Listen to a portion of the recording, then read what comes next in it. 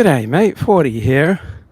So I just heard a phrase that set me off. I was listening to a New York Times article on a novelist, Tulathimutte, a Thai American novelist who's got a $350,000 advance for his new short story collection, Rejection.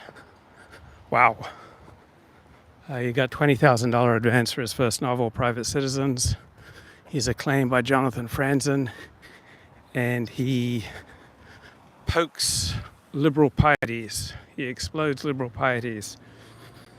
And he published the most read short story ever published by the prestigious N+1 literary journal called The Feminist, about a young man who was a dedicated feminist who read Catherine McKinnon, Andrea Dworkin, Susan Faludi, Betty Friedan, all the great feminist authors, who was careful to obey all the pieties of feminism, and yet he couldn't get laid, so he finally explodes and goes and shoots up a restaurant.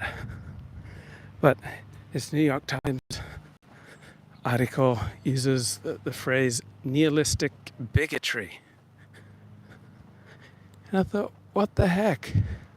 If you're bigoted, you're not a nihilist, right? By definition, if you're bigoted, let's say you're bigoted against Jews, then that means you believe in something, right? You believe in Christian culture or Muslim culture or Russian culture or Australian culture, right? By definition, if you're anti-Semitic, you believe in something. If you're anti-black, you believe in something. If you're anti-Muslim, you believe in something. So am I wrong? I don't think there's any such thing as nihilistic bigotry. Right, let's say that you hate women, right? Or you hate men. That comes from a place of deep pain and searing experiences in childhood. And so what is the foundation for this hatred is this keen sense of being victimized, screwed over, displaced, intruded on, rendered powerless. Right? You definitely believe in something. So I don't think there's any such thing as nihilistic bigotry. Right? If you have the energy to be a bigot, particularly when it's socially unacceptable in many circles to be bigoted, then you really do believe in something. You cannot be both nihilistic and bigoted.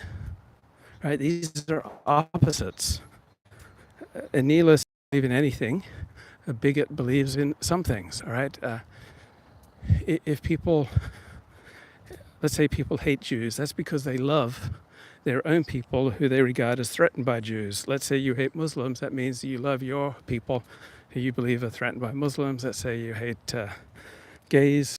Well, that's because you believe in the sanctity of the heterosexual nuclear family, and you believe that gay marriage is a threat to that. And if you hate women, it's because you are outraged at abuses against men. If you hate men, it's because you're outraged at abuses carried out by men. So bigotry and hatred, it's always just the flip side of love and reverence. And I don't know how you can love and revere anything without simultaneously hating that which threatens it. And then the other thing that grabbed my attention in this New York Times article was the protagonist graduated from Stanford University with a degree in symbolic logic. And he then got a high-paying job in tech in the San Francisco Bay Area. And he went through a difficult time, started looking at a lot of pornography, because once he graduated university, he no longer had an automatic social life. And he felt lost because he was now an adult working for a good wage, but he'd been given no instruction manual. And I think this is why a lot of lost souls embrace religion or a guru,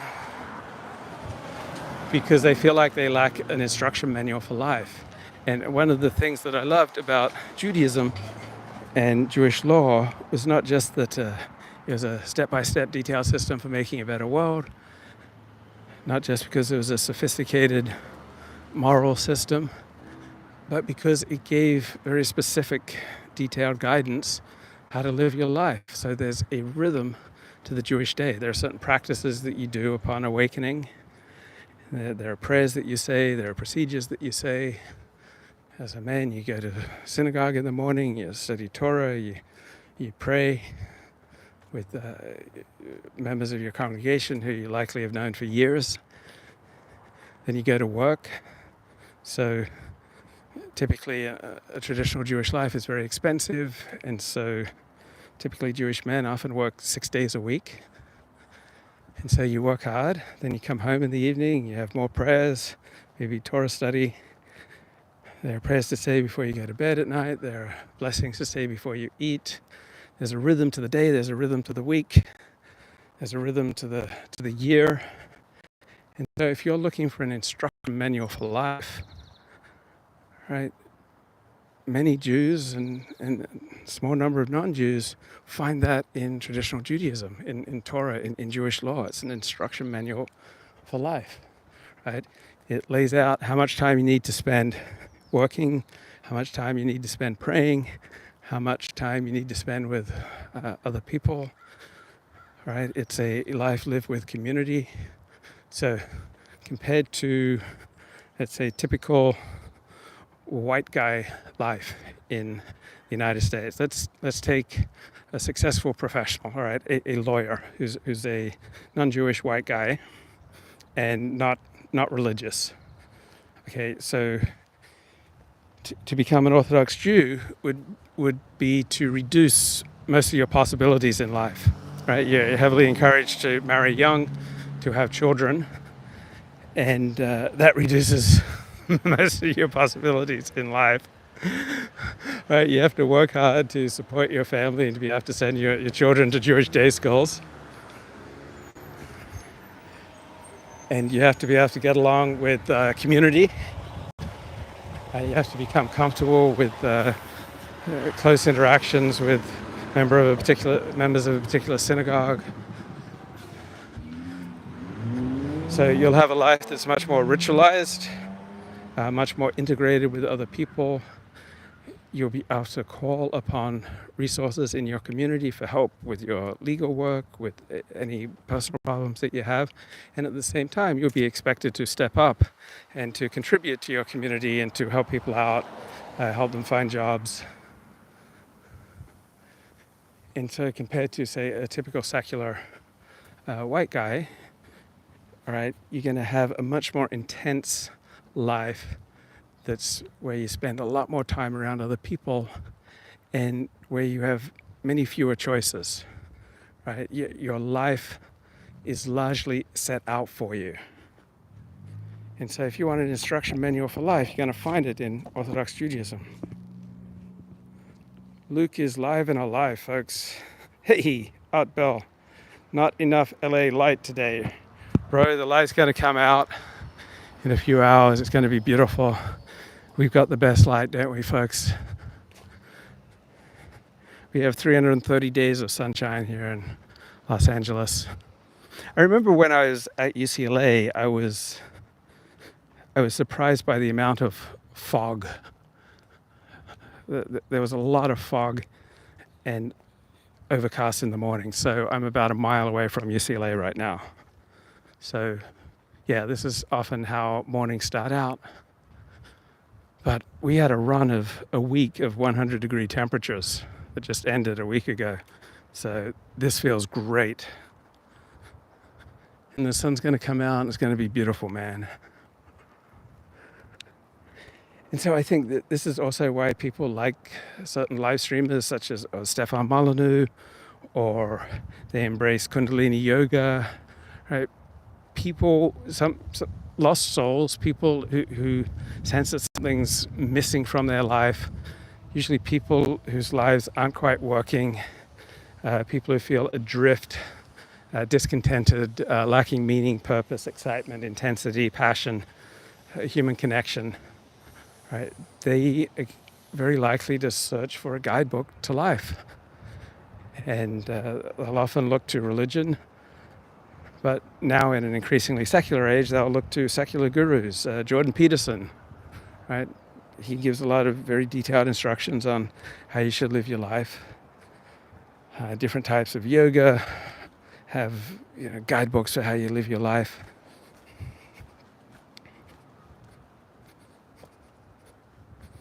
So people need specifics, right? People need ritual, right?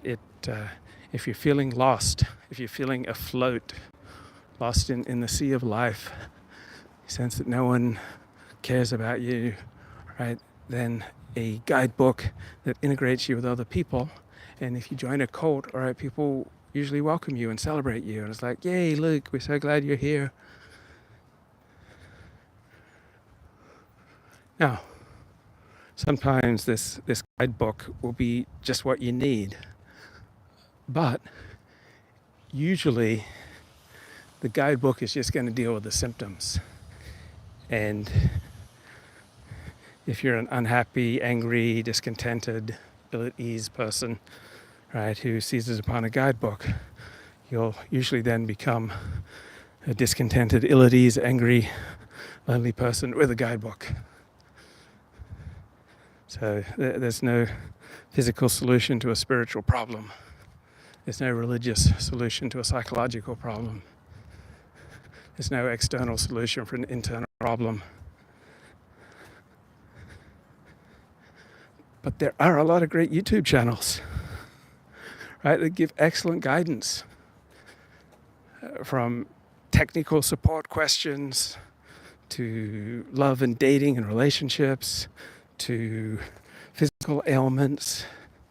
I think YouTube has become the number one place that I look to for a solution for some messy problem that I can't figure out on my own.